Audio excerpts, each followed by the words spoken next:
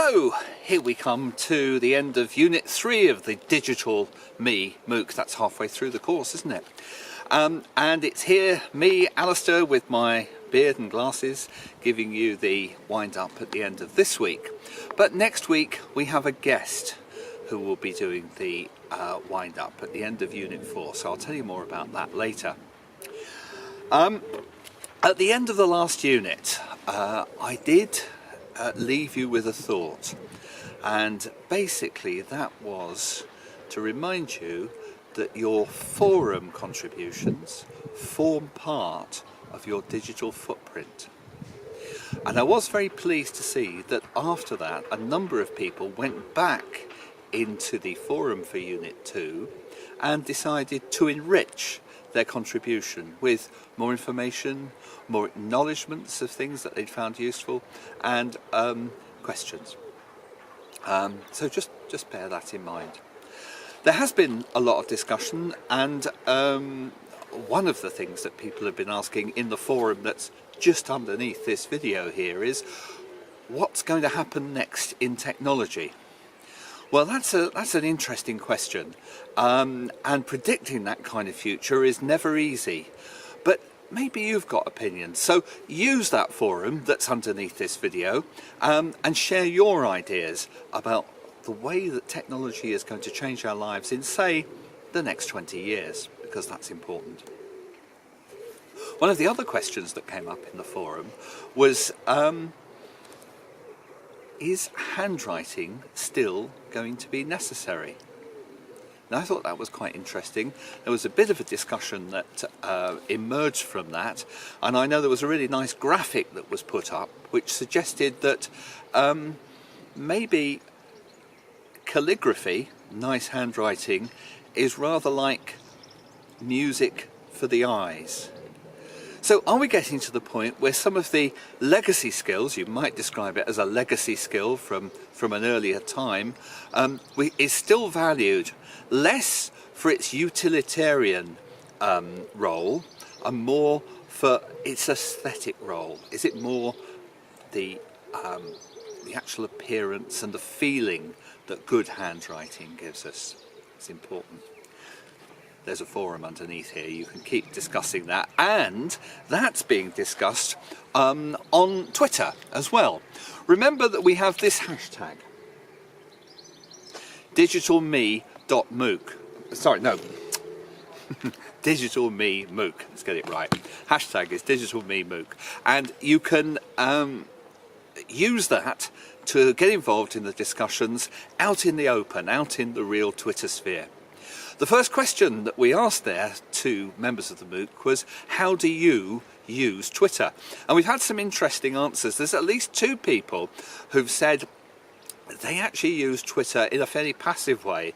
They use it to follow news, current events and discussions of a professional nature, and tend not to contribute very much themselves. Is that the way you use Twitter? Or are you one of those people who is very frequently updating your status and telling people what you're doing? Have a look at the Twitter feed, hashtag digitalme.mooc, and see whether you'd like to contribute to that. The main focus of our work this week has actually been looking at how we make judgments about material that we find online.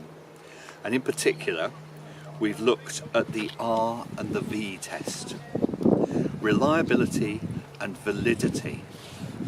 And in the activity that you've all begun to get involved in, you've chosen one of 3 topics to address, but unlike the activity in Unit 1, where we relied entirely on the existing knowledge within the group of people who are undertaking the MOOC, in the activity in Unit 3, you've been looking at external sources of information, but making judgments about their reliability and validity.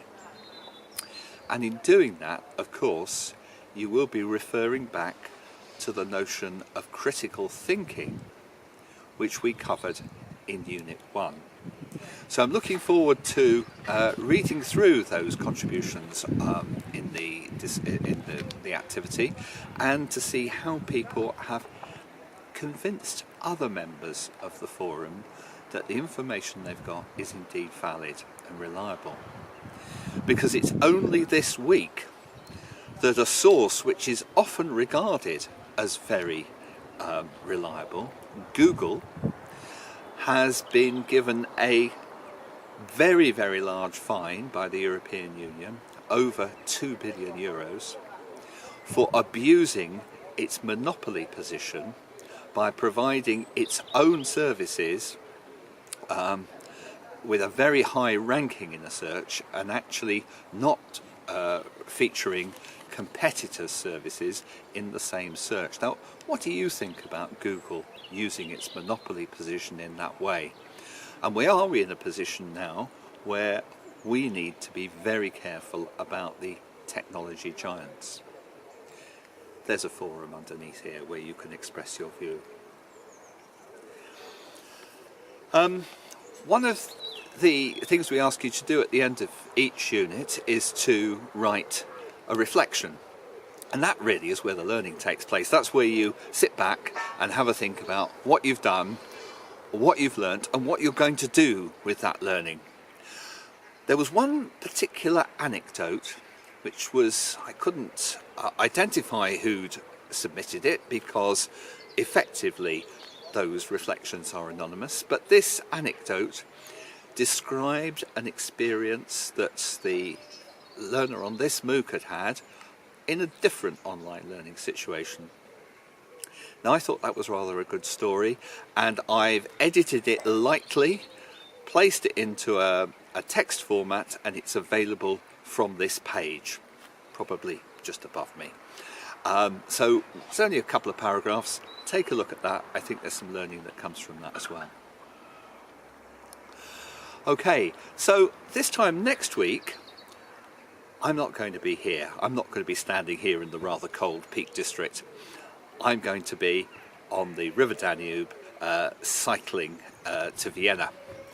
I'm still going to be linked into the course, and I'm certainly going to be using my smartphone in order to follow the discussions.